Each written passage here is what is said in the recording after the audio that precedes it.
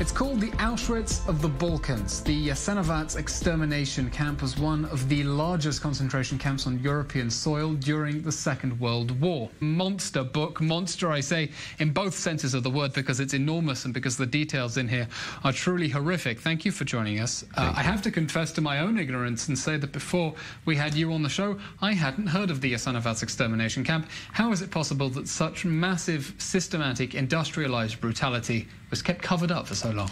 It's mostly due to the politics of Tito, who wanted to unite the various countries who consisted Yugoslavia, former Yugoslavia, and one of the methods of unity was to wipe out the past, and the past was too problematic for the people of Yugoslavia, so they had to forget about Jasenovac and other horrible crimes which were perpetrated. So what are we talking about then with Jasenovac? A camp that, who did it house? How did they kill them? Why? It's not one camp, it's a chain of camps. It's an empire of dozens of camps. The most notorious one was Jasenovac, but there were many others in which hundreds of thousands of Serbs, Jews, Sinti and Roma and other innocent victims were brutally, really brutally murdered by 57 methods of killing, which I am describing in the book.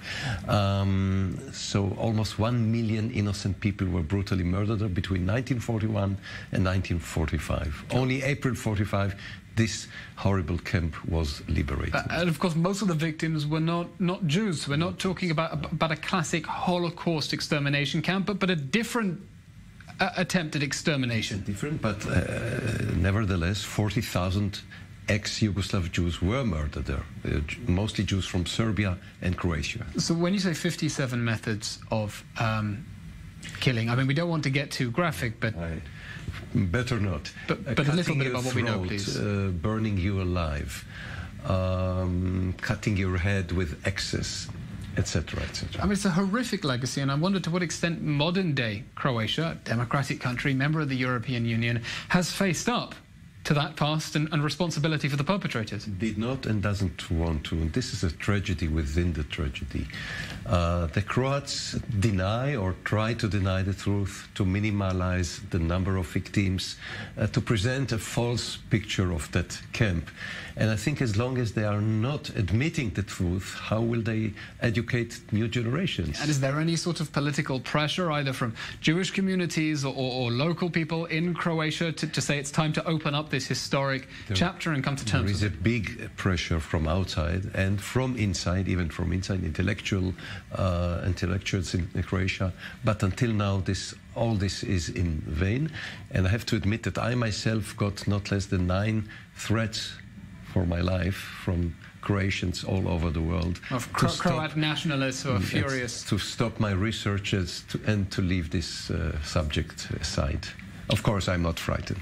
So what happened in the end to the Jasenovac extermination camp? How did it meet its end? At the end of the war, it was liberated, and unfortunately, most of the criminals never paid for their crimes. They ran away, they escaped, they died naturally in their beds. And this is extremely frustrating. And what's extraordinary about this is we're not talking about a regime that was simply doing the bidding of the Germans. We're talking about local Croats acting out of presumably some form of Croat nationalism. That's true. On the other hand, they imitated Nazi Germany. They adopted a very similar ideology. The Ustashism is like Nazism, like National Socialism. They were like brothers, like twins for Nazi Germany. Ante Pavelić, the leader, the Führer of Croatia, went very often to Berlin to learn more new systems, so they were very close ideologies. And how much influence did the Germans have? I mean, was this just inspiration to commit horrific acts, or were they closely coordinated? What was the actual Nazi involvement here? Everything what you have mentioned, but I have to emphasize that Jasenovac's chain of camps was operated exclusively by the Croats. The Germans visited there, were impressed by it, but even complained that the Croats were too brutal to their taste. The Germans complained that the Croats were being too brutal. It sounds funny, but yes. It sounds unbelievable. Let me give you one example. General von Kleistenau in 1942 visited Jasenovac and wrote a report in which he complained that the methods which he found in Jasenovac were too barbaric, too extreme. Can you imagine? Extraordinary. You mentioned that Marshal Tito had a very keen interest to hush this up in the interest of Yugoslav, in the interest of Yugoslav reunification. But what about historians? Why did historians not give this greater prominence? I think they adapted themselves to the general policy.